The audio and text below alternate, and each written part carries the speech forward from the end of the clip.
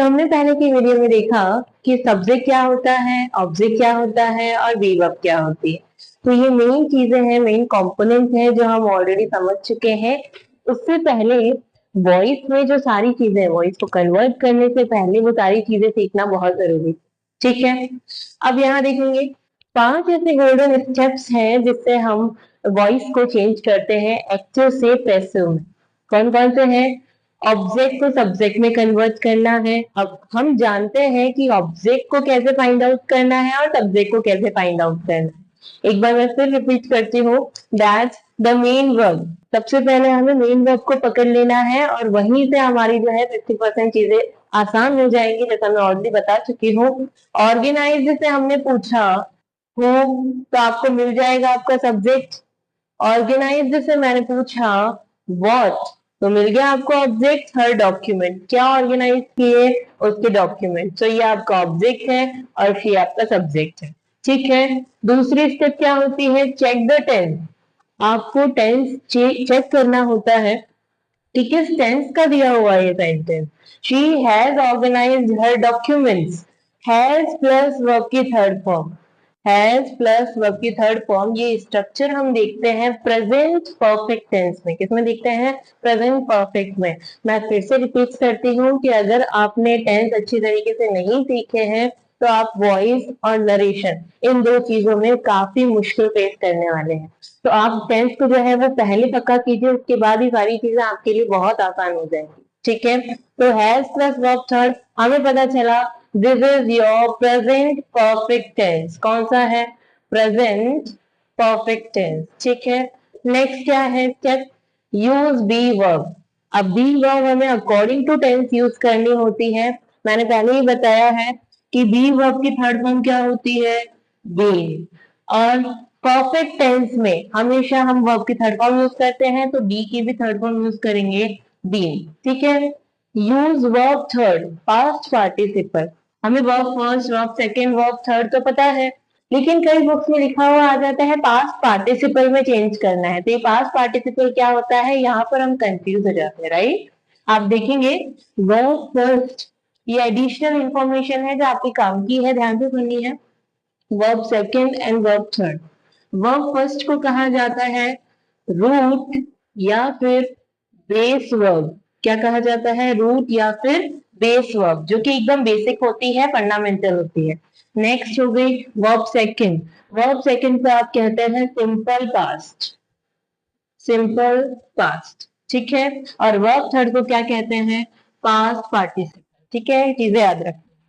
Next है और last step आपका होता है कि बाय प्रिपोजिशन यूज करना है और उसके बाद आपके सेंटेंस का जो सब्जेक्ट है, जैसे कि यहाँ पर शी, उसे हमें लास्ट में यूज करना है, ठीक है। तो आप पूरे सेंटेंस को हम समझते हैं और यही 5 रूल्स है जो आपको हर बार एक्टिव से पैसिव में चेंज करते वक्त ध्यान रखने हैं। एक बार वापस देख लेते हैं।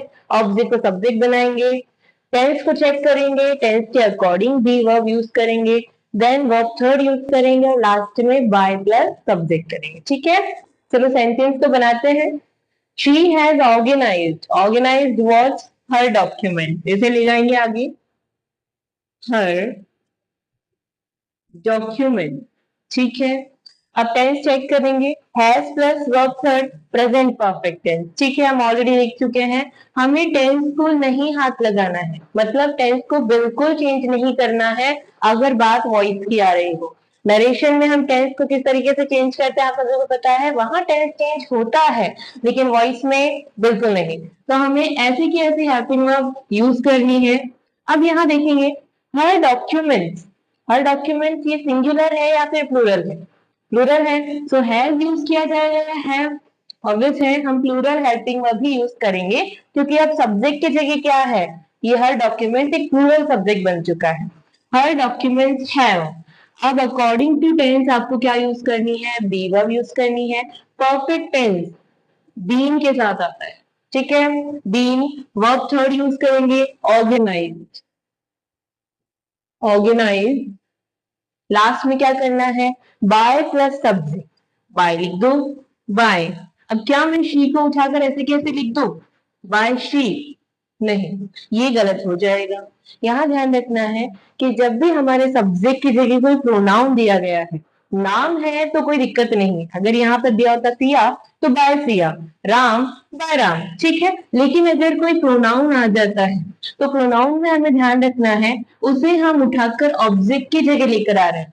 तो प्रोनाउन की दो फॉर्म्स होती है, एक सब्जेक्टिव फॉर्म और एक ऑब्जेक्टिव फॉर्म। तो उसकी फॉर्म को भी हमें चेंज करना पड़ेगा ऑब्जेक्टिव फॉर्म में। किसमें? अब ऑब्जेक्टिव फॉर्म क्या होती है? शी की, हर, ठीक है। जैसे मैं कहूँ ही सब्जेक्ट है तो उसका ऑब्जेक्टिव फॉर्म होगी हिम। शी अगर सब्जेक्ट है तो उसकी ऑब्जेक्टिव फॉर्म क्या होगी? हर। ऐसे ही हर प्रोनाउन में आपको ध्यान रखना है उसका सब्जेक्टिव फॉर्म क्या है और ऑब्जेक्टिव फॉर्म क्या है, ठीक है। आप सब्जेक्ट को ऑब्जेक्ट की जगह लेकर आ रहे हो तो उसकी आप फॉर्म भी चेंज करेंगे। समझ में आ गई बात? ये छोटी छोटी गलतियां हैं जो हमें नहीं करनी है, इससे बचना है। तो her document have been organised by her, easy हो गया है। अब हम दो चार और एग्जाम्पल लेते हैं, उससे हम समझेंगे। सो ऐसे और कुछ एग्जाम्पल्स देखते हैं। पहला है Neha is writing a lower, ठीक है। अब यहाँ पे राइटिंग मेन वर्ब है, इसे पूछेंगे राइटिंग व्हाट, ऑब्जेक्ट मिल जाएगा अ लोवर, ले आया इसे आगे अ लोवर, पहली स्टेप हो गई। नेक्स्ट स्टेप क्या कहती है? Check the tense. टेंस क्या है? इज राइटिंग, इज हमारे plus verb first ING, present continuous tense, right. हमें टेंस वैसे की वैसे रखना है, मतलब हेल्पिंग वर्ब को भी एज इट इज रखना है। द नॉवल इज, अब बी वर्ब यूज करेंगे। कॉन्टिन्यूअस टेंस में मैंने बताया है बी वर्ब को भी आपको आईएनजी फॉर्म वाली यूज करनी है, बीइंग यूज करनी, यूज करो। The novel is being, verb की third form past participle, written. Next and the last rule is by plus subject by Neha. अब यहाँ पर जैसे कि आप देख रहे हैं नाम आया है तो नाम में कोई दिक्कत नहीं है, नेहा एज इट इज आपने लिख दिया। So novel is being written by Neha, easy. Next, he had killed a snake, killed is main verb, killed what? A snake.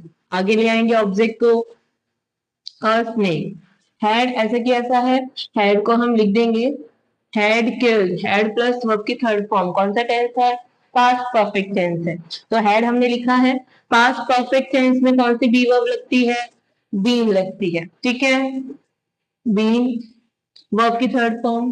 Perfect tense में आपको ये हमेशा सहूलियत मिलती है कि ऑलरेडी वर्ब की थर्ड फॉर्म मिली होती है, ठीक है। यहाँ पे जैसे राइटिंग था, हमें उसकी वर्ब थर्ड फॉर्म पता होनी चाहिए। परफेक्ट टेंस में आपको ऑलरेडी वर्ब थर्ड दी हुई होती है, ठीक है। So a snake had been killed by plus subject. तो अब मैं क्या ही ऐसे ऐसे की ऐसे लिखूंगी? नो, इसकी ऑब्जेक्टिव फॉर्म होती है हिम, हमें पता है। हो गया हमारा टाइम। नेक्स्ट पे चलते हैं। I have revised my lesson, revise what? My lesson. ले आओ आगे, माई लेसन, हैव इट इज।